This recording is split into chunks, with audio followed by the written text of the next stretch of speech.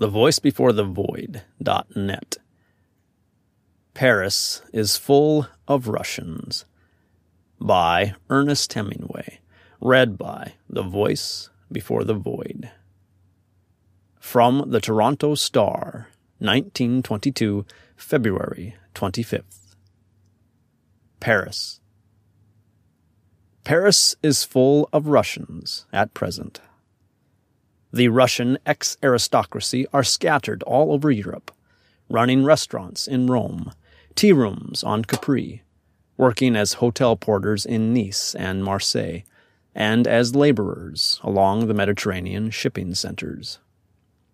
But those Russians who manage to bring some money or possessions with them seem to have flocked to Paris.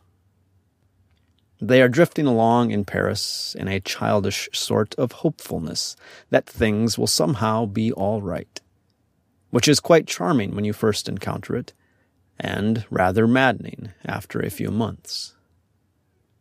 No one knows just how they live, except it is by selling off jewels and gold ornaments and family heirlooms that they brought with them to France when they fled before the Revolution.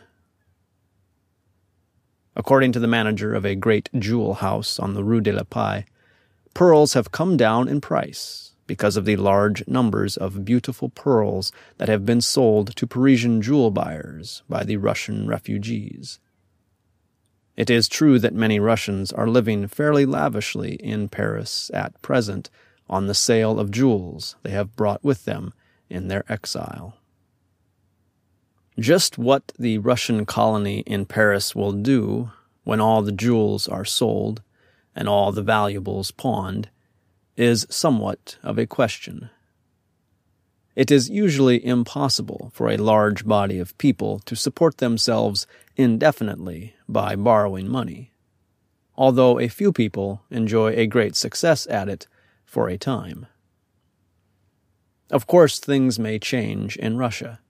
Something wonderful might happen to aid the Russian colony. There is a cafe on the Boulevard Montparnasse where a great number of Russians gather every day for this something wonderful to happen, and then, eventually, like all the rest of the world, the Russians of Paris may have to go to work. It seems a pity. They are such a charming lot.